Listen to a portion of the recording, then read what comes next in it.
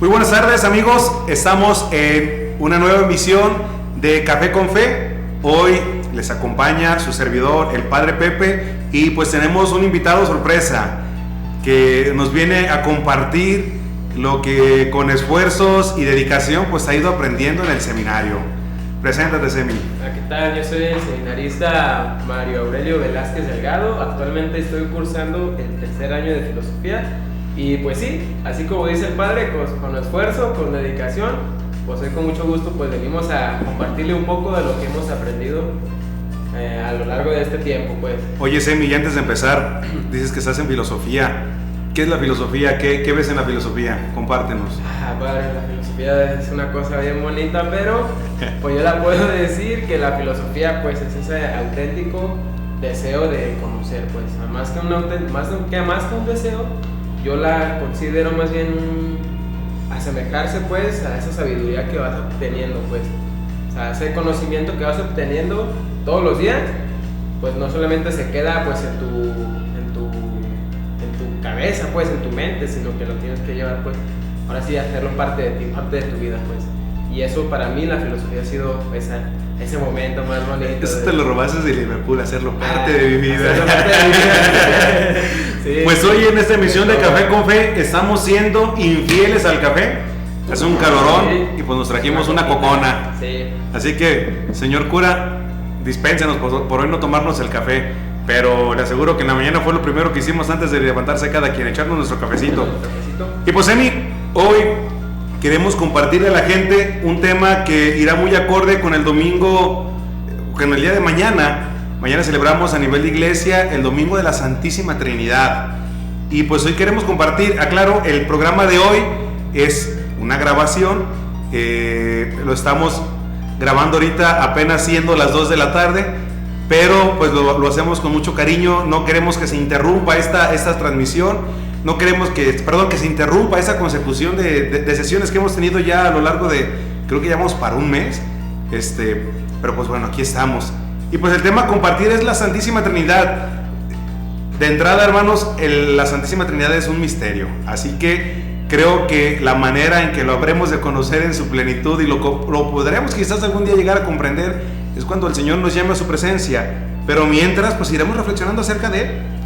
Semi, ¿qué nos puede decir de la Santísima Trinidad? Pues bien, como usted lo ha dicho, Padre, es en sí pues un misterio, ¿no? Y sabemos que el misterio pues nos envuelve a nosotros, ¿no? No es como que sea ajeno a nosotros, sino que nosotros pues formamos parte pues de ese misterio, no verlo como algo a resolver, que nosotros podemos hacerlo como si fuese algún problema, sino que más bien ese es el misterio pues que nos va como envolviendo pues a nuestra misma persona. Y como usted lo ha dicho pues, del misterio lo vamos a conocer o a contemplar, más bien contemplar, ya hasta que nos llame Dios a su presencia, ya hasta ese vamos a alcanzar a contemplarlo bien. Y pues, una realidad de la Santísima Trinidad es que pues bueno, de entrada es el dogma central acerca de la naturaleza de Dios para el cristiano. Y pues al ser un dogma es algo que se cree desde la fe. Así que de entrada, para poder reflexionar acerca de la Santísima Trinidad, primero hay que mirar todo esto desde la fe. ¿Qué es la fe? Un don de Dios. ¿Qué es un don? Un regalo que Dios da en la medida, en las circunstancias que su corazón va queriendo. Pero bueno, Dios a todos nos ha comunicado la fe a través de nuestro bautismo y la robustez a través de los sacramentos y del caminar en la iglesia. Semi, al hablar de la creación, al hablar de creer por fe, pues nos damos cuenta de que la fe no es un aventarse con los ojos cerrados. De hecho, recuerdo que cuando entramos a teología se decía de la filosofía que era ancile theologiae, que quiere decir sierva de la teología. Bueno, creo que literalmente se traduce como esclava de la teología. ¿Tú qué nos puedes decir al respecto, Semi? Pues mira, padre, creo que más que nada ese arrojarse ciegamente a algo es un pleno convencimiento, estamos muy convencidos de lo que se cree, ¿no? La fe. Y como usted bien lo ha dicho, pues la fe es un don que se nos da en medida en que nosotros pues, lo vamos pidiendo, ¿no? Día con día. Habrá personas que digan, no, pues yo tengo muy poquita fe entonces, o yo tengo mucha fe en Dios, pues sabremos de todo, ¿no? Como siempre se dice, pues sabremos de todo, en la villa del Señor. Pero creo que justamente la fe es ese, sí, puede recalcar en un abandonarse, pero no en nada, pues, sino abandonarse en alguien. Y ese alguien, pues lo sabemos que es Dios. Ese alguien que se nos viene a nuestro encuentro, pues. Ese alguien que viene a nuestra propia existencia. Entonces, que viene a hacernos parte de sí, pues. Y eso es abandonarse. Más que abandonarse a la nada, se abandona a una persona, pues. Y es así como se contempla, pues, la fe, pues, desde este punto de vista. Muy bien, Semi. Pues bueno, siguiendo en esa realidad de la Santísima Trinidad, quizás algunas perspectivas históricas que nos podrán ayudar un poco es recordar que, si mal no me viene a la mente, es Tertuliano quien de alguna manera usa el término Trinidad o Trinitas en latín. Posteriormente, Teófilo de Antioquía usa el término griego de triadas, y eso lo hace para referirse al verbo, al logos, a Cristo y a su sabiduría, pues desde el vocablo griego Sofía. Pero la iglesia misma, a lo largo de toda su historia, como nos hemos dado cuenta también en la Sagrada Escritura, se va abriendo poco a poco a ese misterio. Ya lo decía San Pablo: cuando era niño comía comida de niño, ahora que soy adulto como comida de adulto. Y es que Dios en esa pedagogía se va revelando a su pueblo de una manera procesual. No es que le da de fregadazo toda la teología, toda la realidad, no. Lo va llevando de alguna manera en un proceso. Primeramente, Dios, cuando se manifiesta a su pueblo, se manifiesta como yo soy el que soy, como Yahvé. Semi, tú que eres un filósofo nato, que ya estás por terminar tu treino filosófico, ¿has escuchado la expresión causa per se subsistem? Sí, creo que, bueno, sí la he escuchado, desde luego. Que le entiendas otra cosa, padre. La misma, pues, filosofía nos dice, pues, de esa causa que existe por sí misma. O sea, Dios es aquel que existe por sí mismo, pues. Cuando se nos revela, cuando se le revela, pues, a Moisés en el Sinaí, pues, hace referencia prácticamente a podemos decir, a su esencia, en un primer lugar. Como usted bien lo decía, pues es un poco a poco, pues. Entonces, poco a poco se nos va revelando ese misterio, pues. O sea, Dios, incluso la racionalidad del hombre, va caminando, pues, poco a poco, hasta lograr a lo que hemos llegado, que todavía nos falta muchísimo más, y no lo vamos a alcanzar a comprender en su totalidad, porque, como lo decíamos, era un misterio. Entonces, Dios, cuando se revela a Moisés y le dice: yo soy el que soy, da una probadita apenas muy mínima de lo que en realidad es, pero ya nos dice algo, que es, y que Él es el que es, o sea, que es el que subsiste por sí mismo, y Él es el que da, pues, la existencia a los demás seres. Entonces, es un pequeño paso, puede ser muy mínimo, pero para el hombre es muy significativo, pues. Y así es como se conservó, pues, yo soy el que soy. Entonces, incluso creo, si no me equivoco, los judíos tenían prohibido, ¿no?, en cierto sentido, decir yo soy, porque hacían la alusión a Dios, como si ellos fueran Dios. Entonces, ellos decían, no sé, un judío médico no decía yo soy doctor, yo decía yo doctor, o cosillas así, de ese tipo. Entonces, al ser Dios, esa existencia, es el que subsiste por sí mismo, pues sustenta la existencia de otro. Es una realidad. Me acuerdo mucho cuando estábamos en la filosofía y veíamos las causas. Es un tema muy interesante. Hablar de una causa que no es causada, pero sí es causante. Y que no solamente es causante, sino que es una causa participativa, porque pues termina de alguna manera, y creo que es la manera en que comprendemos eso de causa per se subsiste, esa causa que subsiste por sí misma, porque a sí misma se mantiene en el ser. Y es donde nos damos cuenta de que, pues bueno, a Dios nadie le ha creado, es el Dios invisible, no creado, no engendrado, es el Dios que no tiene un principio, no tiene un fin, pero que se convierte en causa de lo que existe.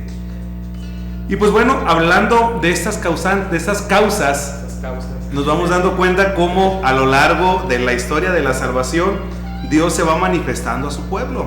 Sí. Y se va manifestando a su pueblo con distintas realidades. Se va manifestando primero como yo soy, y de alguna manera le miran los judíos como padre en cuanto a la realidad creadora. Ya esa realidad de filiación adoptiva la tendremos hasta que venga Cristo. Pero algo curioso dentro de la persona de Dios es que esa fe trinitaria nos invita a verle como un solo Dios en tres personas que, si bien no son lo mismo, pero tampoco son ajenas. Exactamente. No es el Padre el Hijo, no es el Hijo el Padre, no es el Espíritu el Padre, no es el Espíritu Santo el Hijo, pero son un solo Dios. Ya ahorita me viene a la mente ese, ¿cómo se llama? Relato pues de San Agustín, que estaba un morrillo sacando agua del mar y metiéndola en un pocito y le dice San Agustín, hijo, ¿qué andas haciendo? No, pues ando metiendo el agua del mar en este agujerito. No, pues ¿cuándo? Está abundante. Dice, pues mira, de aquí que tú entiendas el misterio de la Santísima Trinidad, es más fácil que yo meta esta agua del mar en ese pocito a que tú la entiendas. Pues bueno, es una realidad. No venimos ahorita en este tema, en este programa, a querer resolver el misterio. No, pues cuál no nos va a alcanzar. Pero sí queremos de alguna manera irlo vislumbrando. Exactamente. Y creo que Dios se va manifestando a su pueblo, y en cada una de las acciones que está la intervención de Dios en la realidad de la humanidad, si bien alguna de las personas pareciera, y eso digo con temor no creo que sea aquí, pero pareciera que alguna de las personas se protagoniza, pero en realidad son todas las que están obrando en una sola opción. Pongo a pensar, en el Génesis se dice, hagamos al hombre a nuestra imagen y semejanza. Es la primera alusión a la Trinidad. Pues. A la Trinidad. Hagamos, pues. Y hablar del hagamos. No solamente implica, o sea, al hablar del hagamos, pues, del Génesis, no solamente implica a alguien que sea solamente una persona, pues, sino que implica a una comunidad. Pues, no sabíamos, no se nos reveló en un principio en el Génesis cuántas personas o qué era, sino decía, hagamos. Ahí tenemos una clara comunión de que eran más de una persona, pues allá tenemos una clara idea de que ya eran más de una persona, ya eran 2 personas, 3. Entonces, pues a lo largo de la historia, pues, se va dando esa comunidad, se va revelando esa comunidad, pues. Entonces, cuando llega el culmen, el punto, pues, de la historia, pues, como decimos, en la plenitud de los tiempos, exactamente, es cuando se nos revela al Hijo, ¿verdad? Entonces viene y se revela al Hijo, y el Hijo nos revela al Padre, y entonces el Hijo revela al Padre, y el Padre a su vez nos revela al Hijo, y el Hijo revela al Espíritu Santo. Exactamente. En ese momento crisis en que se une lo humano, lo divino con lo terreno en la encarnación, nos damos cuenta que también la participación de toda la divinidad en la encarnación de Cristo, pues es una realidad fehaciente, es una realidad que pues se mantiene en esa naturaleza trinitaria. María, cubierta por el Espíritu Santo, lleva en su vientre a la palabra de Dios, al Logo. Ya diría de alguna manera el Evangelio de San Juan, en el principio solamente existía la palabra, y la palabra era Dios. Y esa palabra del Padre, ante la pregunta del ángel de Dios que es a María, y que María responde, hágase en mí tu voluntad, nos vamos dando cuenta cómo siempre en la naturaleza humana, cuando obra Dios, lo hace trinitariamente. Y nos vamos a ir más adelante, porque luego vendrán otros momentos, la resurrección de Jesús, vendrá el Pentecostés, en el que claramente vemos cómo el Padre, cómo el Hijo, cómo el Espíritu Santo obran en la realidad de la iglesia. Y Semi, yo sé que tú eres un griego nato, desde el kinder ya hablabas griego.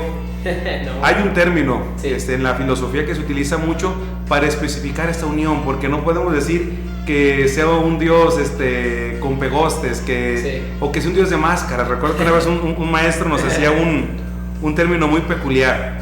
Cuando hablamos de la Trinidad no hablamos de un Dios esquizofrénico, que hoy se presenta como Padre, mañana como Hijo, mañana como Espíritu Santo, con delirio de personalidad, no, sino que se presenta con cada una de las personas, pero sin dejar de ser un solo Dios.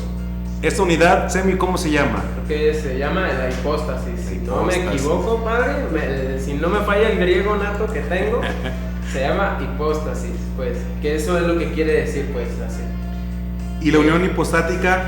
La unión hipostática, pues, es esa misma comunión, pues, que tiene la Santísima Trinidad. Como usted lo decía al principio, padre, no es que el Hijo sea más Hijo, o más bien como hablando, pues, en un ejemplo un poco más burdo, no es que Dios Padre tenga 4000 de poder, Dios Hijo 3000, y el Espíritu Santo, pues, el 3, ¿verdad? No, es esa misma comunión hipostática, es así, que las tres personas, pues, tienen la misma dignidad, la misma comunión, que, como lo decimos en el credo, ¿no?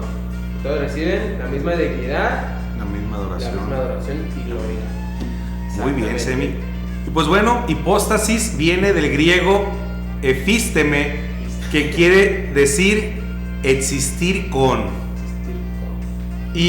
O estar presente. Creo que es el término o la traducción un poquito más real. Estar presente. Sí. Y es que para que haya un padre, tiene que haber un hijo. Y para que haya un hijo, tiene que haber un padre. Y si recordamos el tema de las causas, no quiere decir que el hijo sea causa causada del padre. No. Porque el hijo, al igual que el padre, ha existido desde siempre y vive para siempre. Y luego en el credo decimos que procede del padre y del hijo. Pero no quiere decir que el Espíritu Santo, al proceder del amor del padre y del hijo, sea una causa causada. Ajá. Pero nos damos cuenta, y una vez esto nos lo platicó un maestro en el seminario, dentro de la realidad trinitaria hay una virtud, digo, de entrada la fe para tratar de entrar a ese misterio, Sí. pero hay una virtud muy grande que es la virtud de la humildad. La humildad. Recordando un poquito los evangelios, pues Cristo mismo dice: lo que yo les digo, no se los digo por mi cuenta, se lo he escuchado al Padre. Lo que yo hago no lo hago por mi cuenta, se lo he escuchado a mi Padre. El mismo Espíritu Santo, que es el que le viene a dar el realce a la iglesia, de alguna manera Cristo nos dice: ustedes pídanle al Padre el abogado y yo se los voy a mandar, les voy a mandar el Paráclito, les voy a mandar el Consolador. Entonces nos damos cuenta que dentro del actuar divino existe, por así decirle, esa humildad, si bien de dejar actuar cada persona, pero sin que ni una ni otra parezca como cuando se bate la coca, que no se le suba la espuma, sino se permiten trabajar en esa comunidad. Hay un canto, no sé si te lo sabes, de los niños del catecismo. ¿Cuál es, padre? A ver, mira, para ahorita que tenemos aquí a la mano la guitarrita. Dice, ahorita que usted comenta eso, es lo mismo que escuchamos en el Evangelio de hoy, sábado, Ajá. 3 de junio, cuando los fariseos le preguntan que con qué autoridad lo hace, y entonces Jesús le responde, pues si ustedes me dicen que con qué autoridad hacía Juan el bautismo y todo lo demás, entonces ahí nos damos cuenta que Jesús no hacía las cosas por su propia autoridad, sino que se sometía, pues, ahora a la voluntad del Padre. De hecho, esa realidad de la voluntad de Dios, de la voluntad de Cristo, el mirar cómo estando ya en el huerto de los olivos, y le dice: Padre, si es tu voluntad, aparta de mí este cáliz, pero que no se haga mi voluntad sino la tuya. Darse cuenta cómo el amor de Dios es tan grande que le lleva a expresarse en la realidad de las tres personas. Porque luego vendría la pregunta: oye, ¿quién amará más a...? Digo, de repente sale esa pregunta cuando platicamos en el seminario: ¿quién amará más a la humanidad, el Padre o el Hijo? Porque decían: el Padre sacrificó a su único Hijo, pero el Hijo entregó la vida. Pero pues nos vamos dando cuenta de que el amor de Dios es un amor que no se va a las consideraciones humanas como lo escuchamos hoy en el Evangelio, sino que camina en esa realidad de comunión, de humildad y de fe. Y más o menos por ese tenor va la cancioncilla. A ver, padre, medio me acuerdo, a ver si sale.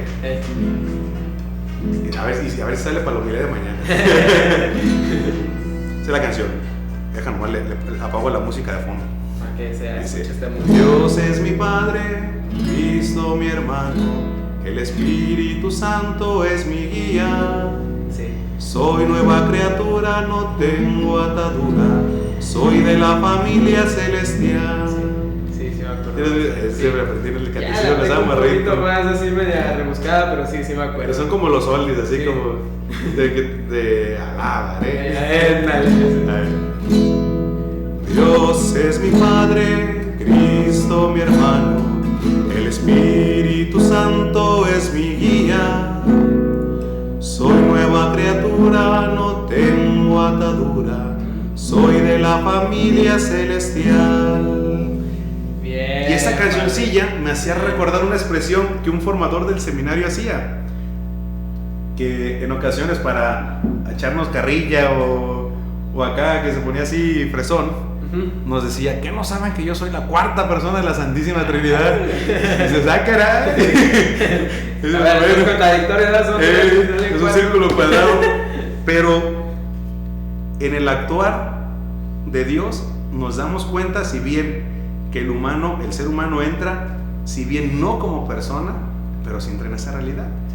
Porque si nos volvemos a ir hacia atrás en la Sagrada Escritura, el hagamos a nuestra imagen y semejanza, ya habla de que el ser humano ya estaba presente y pensado en el plan divino. Sí. Y es que si ya vamos desglosando un poquito cada una de las personas, el Padre en su misericordia nos envía al Hijo. Y desde esa misericordia de enviarnos al Hijo, nos concede pues que venga a nuestra carne por la efusión del Espíritu Santo. Siempre vamos a tener esa realidad trinitaria en la acción de Dios sobre la vida del hombre. Viene Cristo y en la iglesia se halla presente Cristo, o sea, la iglesia como cuerpo místico de Cristo, de manera que a lo mejor yéndonos así muy de frontera y estirándole mucho, se halla presente la iglesia misma como cuerpo de Cristo dentro de la realidad trinitaria, ojo, sin participar de esa naturaleza divina, por así decirlo, y no porque no tengamos esa divinización, por así decirlo, que es lo que termina siendo la gracia de Dios en la vida del hombre, comenzar a divinizarle, es decir, no de una manera panteísta, exactamente, dirían los filósofos, no caer en un panteísmo, pero de repente sí darnos cuenta de que Dios atrae a la humanidad, es así, al grado de que le forma parte de su cuerpo. Volvemos a esta misma realidad por la participación. Y es que hablar de la Santísima Trinidad da para muchos, Emilio. Sí, no, padre, yo creo que ese tema es muy extenso. Vastísimo. Creo que, bueno, ahorita lo que usted está mencionando se me hace algo muy interesante. Ya recordando, a ver si no digo algún tipo de herejía, y si no, pues ni modo. Si no, pues ya preparamos la hoguera. Pues ya, pues sí, ahí ya el resto me quema. Creo que incluso el hombre, pues, cuando Dios crea al hombre, el hombre estaba en el centro de esa misma comunión, pues, vamos a decirlo así, como de esa misma, de esa común unión, de esa unión de Dios, pues, de las tres personas. Cuando peca el hombre por su propia libertad, pues se sale, pues, de esa misma comunión de la Trinidad. Y exactamente, cuando el ser humano se hallaba en ese estado de gracia preternatural, como decíamos ahorita en la canción, participaba de esa familiaridad con Dios. De repente es recordar un poquito el Génesis, como Adán, cuando ve que Dios anda en el jardín y ya la habían regado, se esconde y hasta habrá brincado a los ojos de Dios. Oye, Adán, ¿por qué te escondes? O sea, nunca te escondes, y ahora sí, ¿qué hiciste? Y entonces los tres van a salvar al hombre. Exacto. Actúan y salvan al hombre. Exactamente. Esa familiaridad que terminamos viviendo en la comunión con la Trinidad, nos vamos dando cuenta de que es un volver. Fíjate, hay un teólogo de nombre Molman, que hablaba de que Dios, cuando crea, pues en el principio, la Sagrada Escritura misma lo dice, en el principio no existía nada. El Espíritu Santo sobrevolaba, pero no existía nada, o sea, solamente Dios. Padre, Hijo y Espíritu Santo. Y en ese hagamos a nuestra imagen y semejanza, pareciera que ese Dios, donde me lo explicaba, me acuerdo que nos lo explicaba el Padre Pepe Castellón, como si ese Dios gordito sumiera la panza y en ese hueco comenzara a existir. Porque si bien no existe desde como si Dios hubiera arrancado un pedazo y ahora le vamos a hacer al marido, no, pero existe por su palabra. Y al existir por la palabra, bueno, existe por la realidad creadora. Y pues bueno, cuando hablamos entonces, recorriéndonos un poquito para no salirnos del tema, de la causa que por sí misma subsiste, nos damos cuenta de que la divinidad, la Trinidad, termina de alguna manera comunicándonos la participación de esa existencia. Y es donde nos podemos de alguna manera ponernos a pensar en esa realidad de nuestra fe católica, que es una fe trinitaria, una fe en la que, si bien Padre, Hijo y Espíritu Santo, en ese actuar trinitario, van llevando a su iglesia a una realidad todavía más trascendente, que es decir, la recapitulación, es decir, volver a la Trinidad, volver a Dios. Recuerdo, no sé Semi, si te había tocado a ti algún ejemplo que usaban para en el catecismo, a veces que el trébol. Sí. Pues platicabas uno de un trapito, a ver, échatelo. Pues prácticamente, pues a mí me explicaron así, que cómo se podría comprender un Dios y tres personas distintas, ¿no? Es muchas veces, pues, que choca ese mismo misterio, ¿no? Como ya lo decíamos, choca el misterio, ¿no? Como que no lo entendemos, pues, ni lo comprenderemos. Pero a mí me lo explicaban así, como un trapito que está doblado, pues, en tres. Así tienes un trapito extendido y después lo doblas y tienes dos partes y después lo doblas y tienes tres partes. Ese mismo trapito sigue siendo, pues, el mismo trapo, pues. No, la mitad, o sea, es la tercera parte del trapito, pues, sigue siendo ese mismo trapo, pues. Y así es como lo explicaban. Volviendo un poco, pues, a lo que decíamos, Dios no es de que el Padre tenga 3000 de poder y el Hijo 2000 y el Espíritu. No, son la misma dignidad, pues, la misma persona. Y así era más o menos como lo explicaba, pero bueno, no sé si usted pueda clarificar un poco más su ejemplo. ¿Cómo se lo explicaban a usted, Padre? Me acuerdo que habían platicado que Dios era como el sol. No porque entre más lejos mejor, no. Sino que Dios era como el sol. En el sol tenemos la luz, tenemos el calorcito, podemos obtener energía. Y pues cuando estamos abajo del sol nos damos cuenta, nos cubre completamente. Incluso con esas mismas cualidades que estamos mencionando ahorita. Incluso no estamos fuera del sol, pero abajo del sol, perdón, que estamos, no sé, aquí como ahorita en la oficina, pero le sentimos. Entonces, el hecho de que el sol, sea luz, sea calor, sea energía, no quiere decir que sean tres soles distintos, sino es una misma naturaleza, esa misma divinidad que nos evoca, pues, tres, iba a decir cualidades, pero no sé también si esté bien dicho. Me pongo a recordar un poquito esto que ya nos dice el primer concilio de Constantinopla, que cuando hablamos del Padre, hablamos de que el Padre es increado y no engendrado. El Hijo es no creado, sino engendrado eternamente. Desde la eternidad. Desde la eternidad, es decir, volvemos a lo mismo, nunca lo vamos a entender, pero es decir, engendrado desde la eternidad. Entonces, ¿en qué momento comenzó a existir? Desde la eternidad. Desde siempre y para siempre. Y el Espíritu Santo no es creado, no es engendrado, pero procede eternamente del Padre y del Hijo, es decir, viene de ellos. Y pues bueno, este dogma ya nos lo refiero el primer concilio de Constantinopla en el 381, al decir que pues la Trinidad son realmente distintas las personas, pero en un solo Dios verdadero. Y eso es algo posible de formular, pero inaccesible a la razón humana, por lo que es considerado como un dogma de fe. Y si lo vemos de alguna manera, siempre todo lo que sea para la razón humana, de alguna manera en los dogmas, en el misterio, pareciera que será inalcanzable, pero desde la fe, de alguna manera, como las cebollas, empiezan a quitar las capitas hasta que algún día en la presencia de Dios podamos entrar. Sí, desde un plano racional podemos decir que el dogma supera, pues, pero desde el punto de vista de la fe, como usted lo ha dicho, Padre, muy bien, pues sí, como las cebollas, ¿verdad? Que tienen capas, así que me viene a la mente, pues, las cebollas tienen capas y que hasta que llegas a ese núcleo. Ya lo decía también de alguna manera San Pablo en la segunda carta a los Corintios, con ese saludo que algún día, Sammy, te va a tocar hacer cuando ya seas padre, hacerle empezar la misa. Que la gracia de nuestro Señor Jesucristo, el amor de Dios y la comunión del Espíritu Santo esté con ustedes. Amén. Es decir, ¿quién es la gracia de Dios? ¿Quién es el amor de Dios? ¿Quién es la comunión de Dios? Pues bueno, la comunión del Espíritu Santo, el amor de Dios, el Hijo mismo, la gracia, la misma misericordia del Padre.